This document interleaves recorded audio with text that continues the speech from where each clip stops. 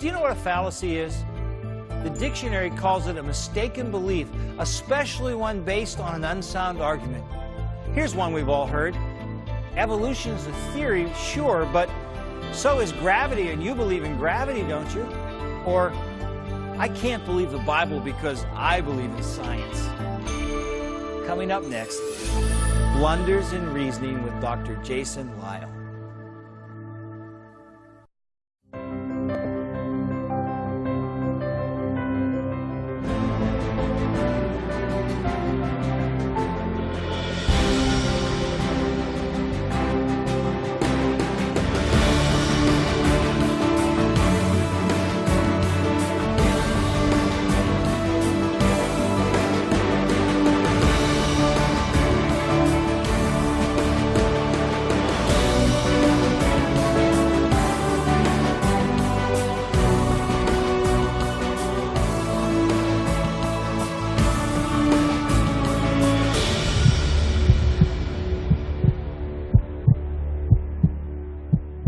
Hello, my friends. Welcome to Origins. My name's Don Chapman, and it's my privilege to be your host. It's really great having you with us today. Origins is a forum where we take the evidence of science and we use it to validate the truth of creation. We have a great guest with us today. I'm really excited that Dr. Jason Lisle can join us. It's so good having you with us today, Doctor. Well, thanks. Thanks for having me on. We're wonderful to have you with us. Well, today we're going to talk about blunders in reasoning. Who's blundering and what's going on? Well, lots of people make mistakes in reasoning. They make blunders in reasoning, which we call fallacies. And what I want to point out is that evolution, most of the arguments that we hear for evolution are actually based on these fallacies, mistakes in reasoning. And so if we were really thinking properly, we wouldn't be evolutionists. Now, that's not to say creationists don't make mistakes in reasoning, because we do that too. And I think that's an indictment on us. We as Christians should be thinking logically. It's actually our obligation as Christians to think logically. To think logically is to think in a way that's consistent with the nature of God, so we don't contradict ourselves or anything like that. So the obvious conclusion is that you have looked at your belief base as a creationist and says, this logically makes sense. That's right. I believe the Christian worldview is logical, is self-consistent, and it makes sense. Wonderful. Well, help all of us to think logically, will you? Okay, logic basically is the study of reasoning, the correct reasoning and by implication, incorrect reasoning. Yes, sir. And so when we talk about logic, we're not talking about, specific fossils or things like that, but rather what conclusions can we draw from given facts. Usually these certain facts are assumed, and then what conclusions can we draw from that? And if you make a mistake in that chain of reasoning, that's called a fallacy, a mistake in reasoning. Okay. Now, we often talk about arguments when we talk about logic, and I should be clear, I'm not talking about a shouting match. When people think of arguments, that's what they think of sometimes. I'm talking about making a logical case for something. Okay, so an argument is basically where you have a group of propositions. A proposition is a statement that either affirms or denies something, like the sky is blue or something like that. And it's affirming something, and it's where you have a group of these where the truth of one is claimed to follow from the truth of the others. And so, for example, if we said all mammals have kidneys and all dogs are mammals, it would follow that all dogs have kidneys. That's an argument. Okay. Now, in the case of logic, there are several different aspects of an argument. I'd like to point those out to you. Please do, sir. We have what are called premises and conclusions. Now, the premise of an argument is one of the things that's usually taken for granted. So, for example, all mammals have kidneys. That is a premise. All dogs are mammals. That is a premise. That is, we take it that people already believe that. And then the statement that's being proved is called the conclusion. So, therefore, all dogs have kidneys. That's the conclusion. So, an argument has one conclusion. It has at least one premise. Usually, it has more than one. If it has two premises and one conclusion, it's called a syllogism. And those are a very common type of argument. Now, a fallacy is when you make a mistake in that chain of reasoning. And so let me give you an example of a fallacy here. Some mammals are cats. That's true. All dogs are mammals. That's also true. And so you conclude, therefore, some dogs are cats. No. It doesn't follow, does it? So that's a mistake in reasoning. Now, the premises here are true, but the conclusion does not follow from them. And so that's an example of a logical fallacy. That's not one of the kinds that comes up. That's a pretty obvious one. Most fallacies are more subtle, which is why people commit them so often. If they were obvious, then they wouldn't be so common. So a fallacy is a common error in the chain of reasoning. Now, there are two different sorts of logic, two different kinds of logic. Deductive arguments, and that's where the conclusion definitely follows from the premise. And so the kinds that we were listing so far were deductive arguments. And that's a perfectly legitimate kind. There's another kind, though, where they're inductive, and that's where the conclusion is likely, but not absolutely proved from the premises. And both of those are perfectly legitimate ways of reasoning. It's just an inductive, you can't be definitive. It's probably and not definitely. That's right. With inductive, it's a probabilistic kind of argument. Yes, sir. And we're going to deal mainly with that kind of logic today, because most of the fallacies that evolutionists commit are this inductive variety. And so there are three categories of informal logical fallacies. Fallacies of ambiguity, where there's something unclear about the language. There are fallacies of presumption, where the argument assumes something that it really doesn't have the right to assume.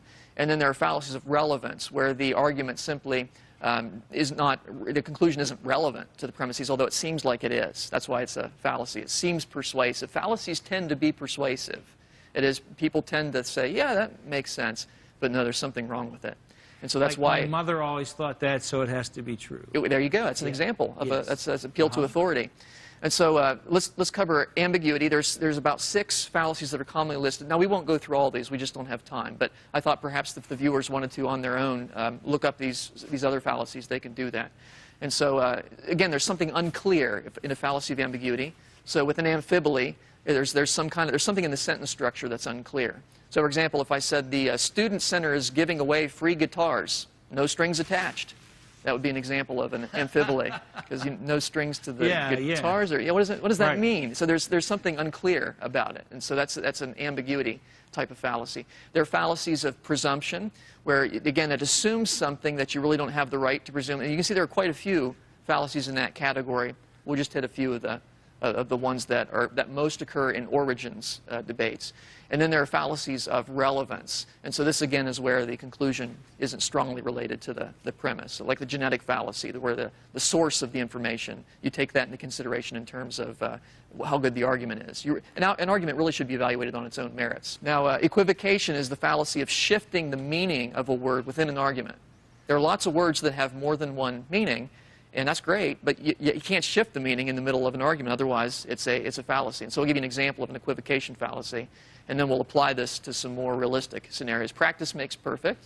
Yeah, there you go. Doctors practice medicine, therefore doctors are perfect. I know some doctors that believe that. They probably do, but that's fallacious, isn't it? Because it's equivocating on the word. Which word? Practice. That's right. Because practice in the sense of medicine or in the sense of doing something over and over again. People say things like, you believe in science. Sure. Don't you? Well, evolution is science. Therefore, you should believe in evolution. And that sounds very logical, but of course they're using science in 2 different senses.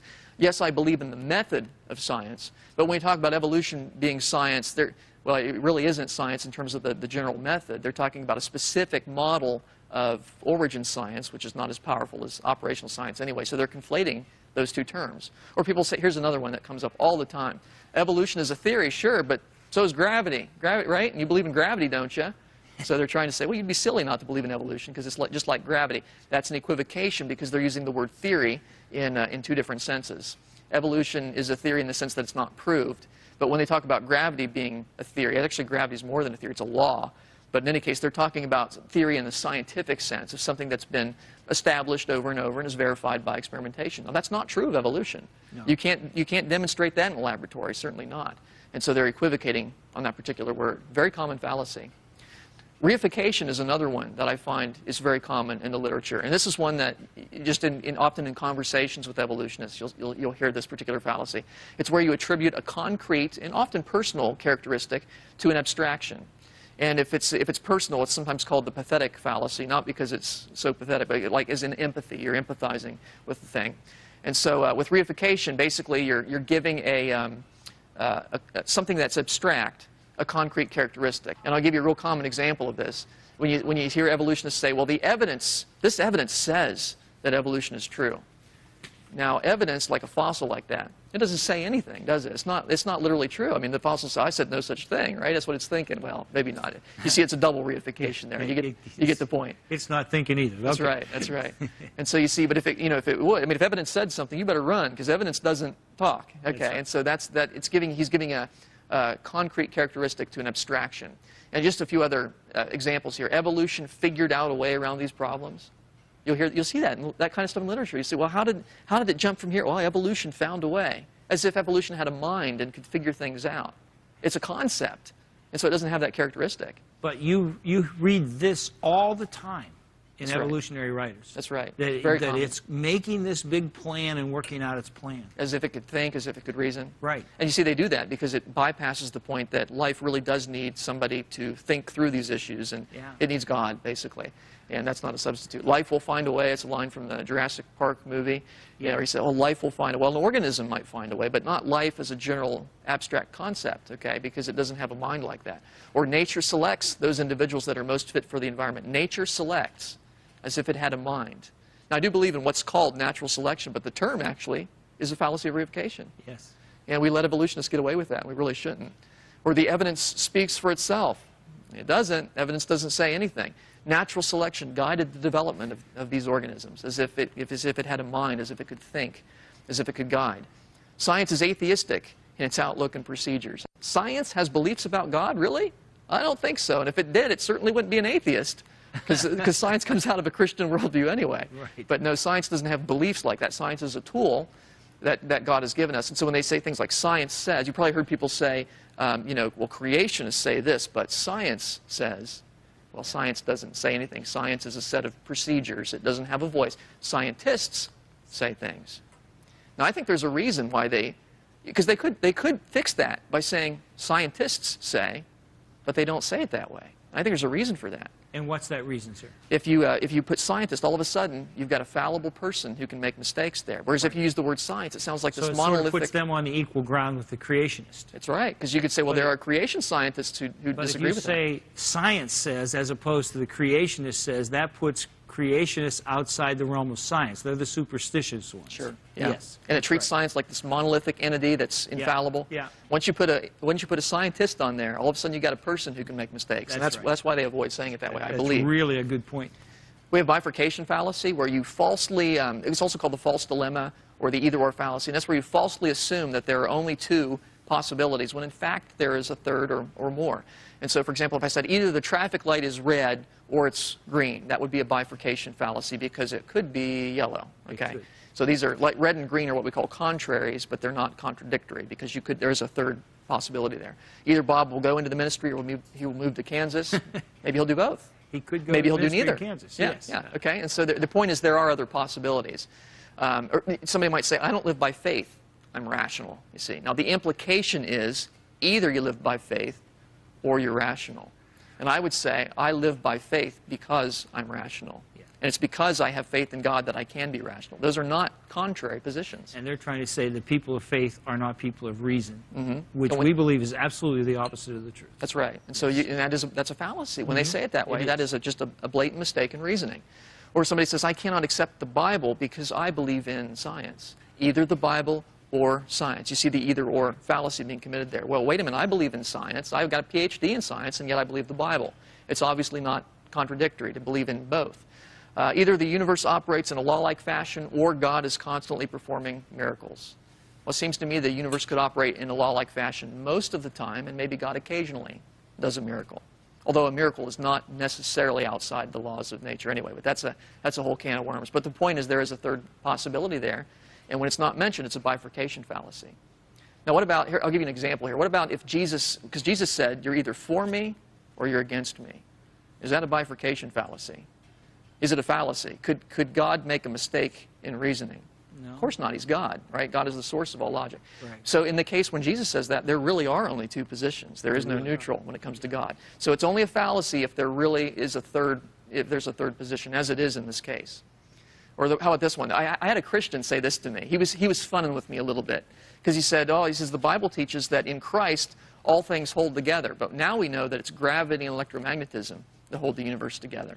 And he was just funning with me a little bit. But the fact is, it's a bifurcation fallacy. Either God upholds the universe or gravity does. But it seems to me gravity is the way that God upholds the universe. It's both. Yeah. God upholds the universe by the laws of nature. He does it by gravity. That's right, and electromagnetism. The laws of nature are descriptions of the way God upholds the universe. That's the way I look at it. We have the question-begging epithet. That's where you use biased or emotional language to establish a point, to persuade someone of a point that's not logically established. So somebody says, this criminal is charged with the vicious murder of the innocent victim. He could have put that in a more neutral way, right? He could have said, the suspect is charged with do we know it was vicious? He was charged with killing the other person. We don't know it's a victim. We don't know they're innocent. You see, he's used emotional language to try and persuade you this person's guilty, when maybe he isn't.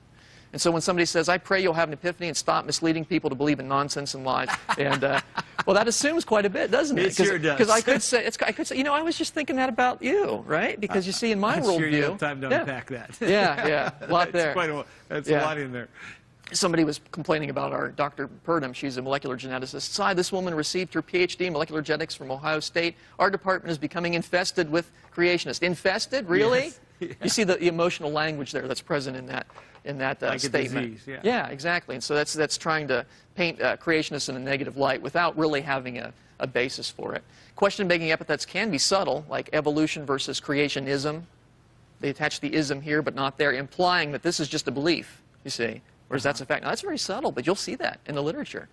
Or Genesis teaches that God created 6 days. However, the best scientists, best being the operative word there, as if to say, you know, if you're a real scientist, then, you know. Stupid people believe this, but real scientists believe the other, right? That's what they're saying. That's a question-begging epithet. And they're doing it very subtly. That's right. Yeah. Then we have the ad hominem fallacy. This is where an argument is directed against a person rather than his or her position. Very common. So, for example, somebody says, Joe is a mean person, and so you really shouldn't believe anything he says.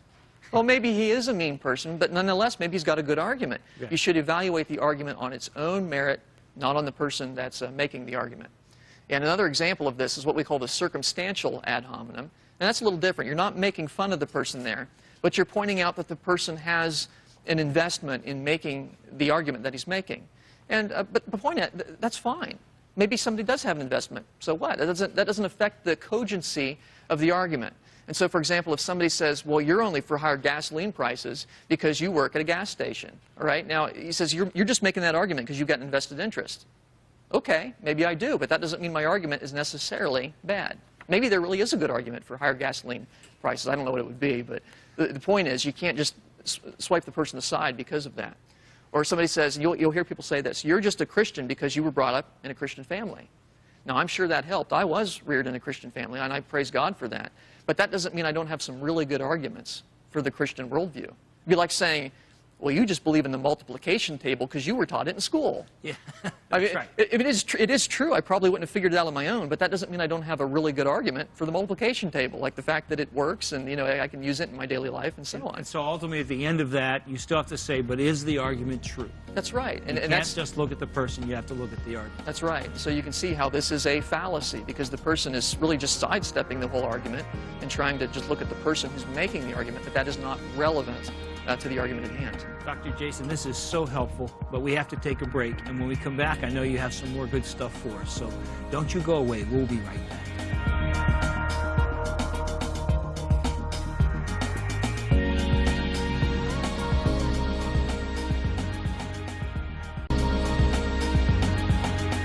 We are back with Dr. Jason Lisle, and we're in the midst of, I think, a fascinating show talking about blunders in reasoning, some of the logical fallacies that are made in the evolutionary debate. And Dr. Lisle, we left off talking about ad hominems, where you attack the person instead of the argument. What is the next fallacy we want to look at? One of the next ones is the fallacy of a relevant thesis. And it comes up quite often, and that's where basically an argument does prove a point, but it's not really the point that is at issue. And so, but it may sound relevant, you see. That's why it's tricky. Fallacies tend to be persuasive because, because they are tricky that way. So it is an example of irrelevant thesis when it says the people who want to reduce the amount of nuclear weapons are mistaken. After all, such an action will not solve all the world's problems. Well, true, it won't, but that's not the point, is it? Right. You see, and so it's irrelevant to the point that they're trying to make. And I find that occurs often in evolutionary literature when they'll say things like, why is the universe ideally suited for life? Well, because if it weren't, we wouldn't be here to observe it, right? That's true. And you'll hear that argument. They say, well, that's the anthropic principle, you know, that the universe seems to be designed for life because if it weren't, we wouldn't be here. But I want to suggest that's a fallacy. It is a fallacy of a relevant thesis. I could use a similar argument and say, suppose I was the sole survivor of a plane crash, okay? And somebody comes to interview me. well, Dr. Lyle, how did you know, how were you able to survive that plane crash? And I would say, well, because if I didn't, you wouldn't be able to ask me the question, would you? That doesn't go to how, does it? No, it doesn't. It doesn't explain why I was the survivor. And so when people say, you know, that, well, if the universe weren't designed for life or didn't appear that way, we wouldn't be here to observe it. That is true, but it's irrelevant. It doesn't explain why the universe appears designed for life. The reason why is because it is designed for life. Yes, it's so finely tuned that there has to be a tuner. That's right. And they don't want you to get to that point. That's right. Another example would be, why do living creatures have these complex parts that function so perfectly together? Because, well, if they didn't, they would have died off.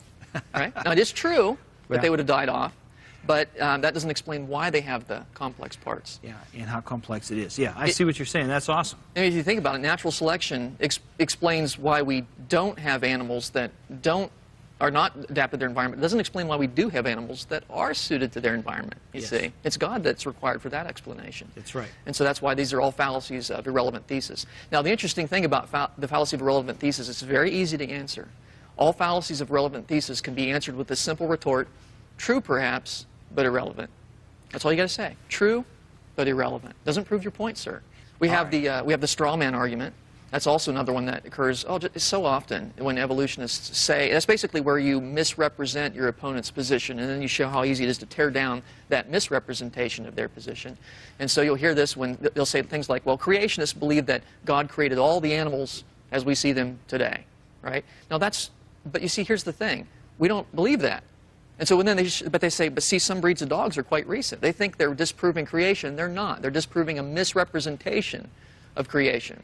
Because the fact is, I don't believe that God would have created poodles in the Garden of Eden, right? No. Because they have all these mutations in them and everything, and they're running around biting your leg and so on. It'd be pretty tough to get every kind of dog on the ark. Every different variety, that's right. We only need 2 dogs on the ark. We believe in speciation, we believe in diversification. Right. We just don't believe that all life is descended from a common ancestor. So that's a misrepresentation of what we believe. Of course it's easy to refute that silly position, but that's not what we believe. And so you can really think of it, you know, when these evolutionists say things like, well, you know, creationists, they're flat earthers. They don't believe in science. They don't believe in change. First of all, we believe in round earth. The Bible talks about that. We do believe in change. The Bible tells us the world was once a paradise. Today things aren't, you know, exactly perfect. Things have changed. We do believe in science. I would argue as a creationist, the science comes out of a Christian worldview anyway. It's because God upholds the universe in a consistent fashion that we're able to do science. And so you see that's a misrepresentation, but it's very easy to knock down that position. You know, these creationists, they're so dumb, they don't believe in these things. Well, we do, you see. And so that's what it really comes down to. All right, faulty appeals. We have faulty appeal to authority, for example. Actually, there are many different faulty appeals, but the faulty appeal to authority is when you appeal to a person. You say, a claim must be true because so-and-so says it's true. Okay, but the problem is people are fallible, and they might be mistaken about that. Even experts can be fallible. Now, it's not wrong to say this expert believes in this, and that gives it some weight. Nothing wrong with that. But if you say this has to be true because an expert believes in it, especially if it's not in his field. Because people will say, you know, they say, well, this guy's a PhD biologist, and he believes in evolution. But see, I don't understand how having a PhD in biology qualifies him to talk about what allegedly happened millions of years ago. Right. He doesn't study millions of years ago. He studies today. Right. And he's very knowledgeable about how life works today, but not millions of years ago. So that's a faulty appeal to authority. You can have faulty appeal to majority, where you say, well, you know, most people believe that, so it's got to be true. Well, most people can be wrong.